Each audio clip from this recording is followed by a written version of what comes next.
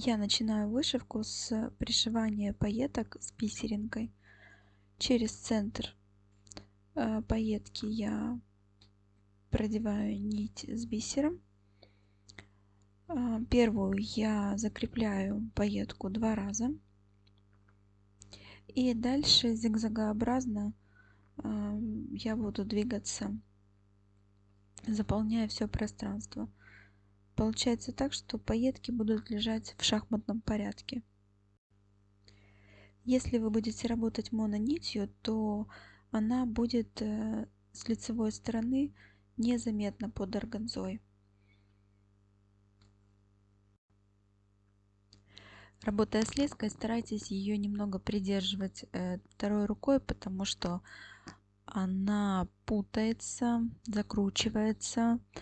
Ей не настолько удобно работать, как с нитью, но в то же время есть то преимущество, что ее не видно, когда нам нужно создать эффект прозрачности и невесомости. Сначала я вышиваю все фрагменты пайеткой цветочек с бисером. После этого я буду заполнять уже все с бусинами. На рисунках у вас отмечено те места, где я заполняла пайеткой, где бусинами с пайетками и где бусинами с бисером.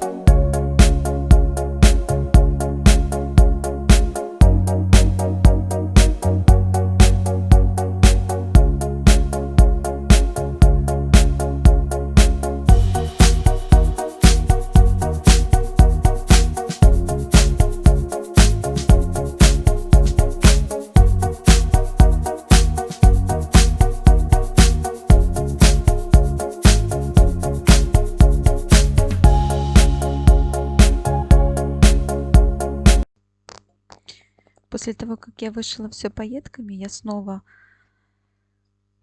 раскладываю бусины, шатуны и смотрю еще раз, как я все буду размещать приблизительно на вышивке.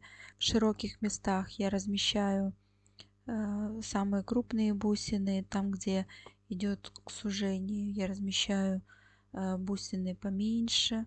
И вот так я присматриваюсь еще перед тем, как начать пришивать, как у меня все приблизительно будет уже выглядеть в вышивке. С опытом такой необходимости может уже и не быть, но поначалу я очень рекомендую несколько раз вот так проделывать сначала на эскизе, потом перед тем, как вы начинаете вышивать, потом еще в самом процессе вышивки тоже смотреть, можно даже фотографировать работу и более цельно воспринимая, понимать, как это все-таки смотрится уже в готовом виде.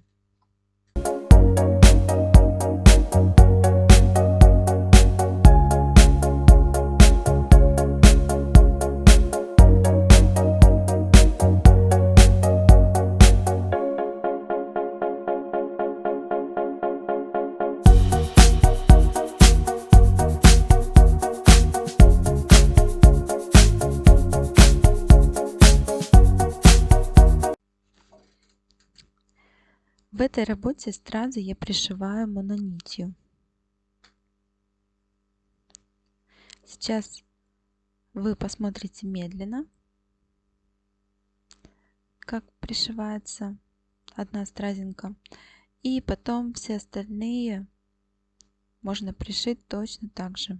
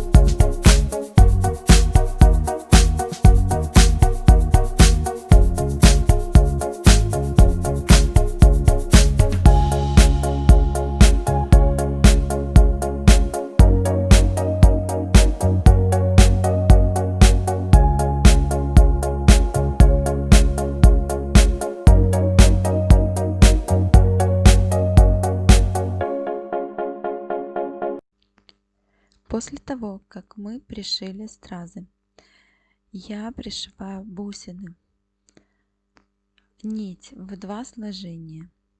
Перед тем, как завязать узелок, растяните нить и потом только завязывайте узелок. Вытяните нить, немного ее раскрутите. Далее мы делаем узелочек, продеваем бусинку. И можно ее пришивать так, как показываю здесь. Или вы можете ее пришивать просто вокруг через дырочку, не делая проколы с 4 сторон. Тогда она будет у вас больше развернута на ребро.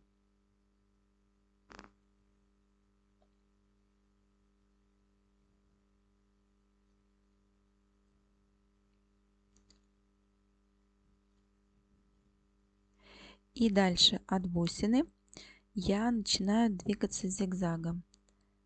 пришиваю пайетку 3 миллиметра персикового цвета.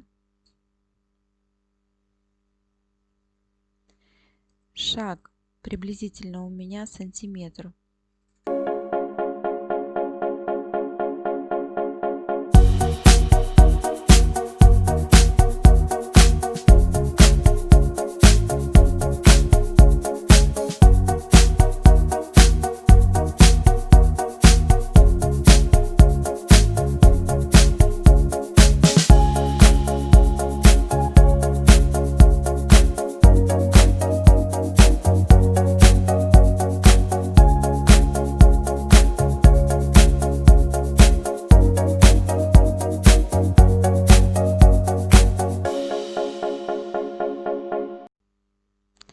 В самом широком месте в центре я оставлю бусину, самую крупную. И дальше я снова пойду пайетками.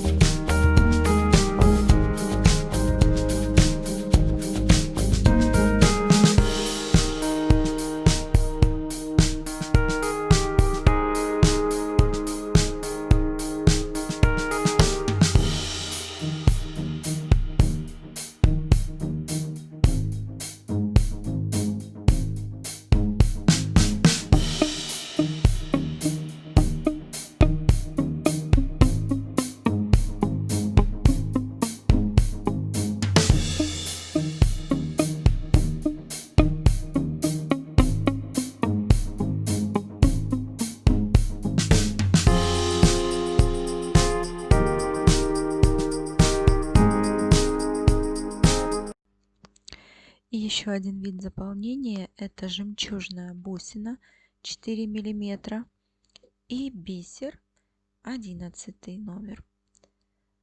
Я также пришиваю мононитью. Бусинку я прошиваю 2 раза и бисер по 1 разу. Бисер пришиваю в шахматном порядке, двигаясь зигзагообразно.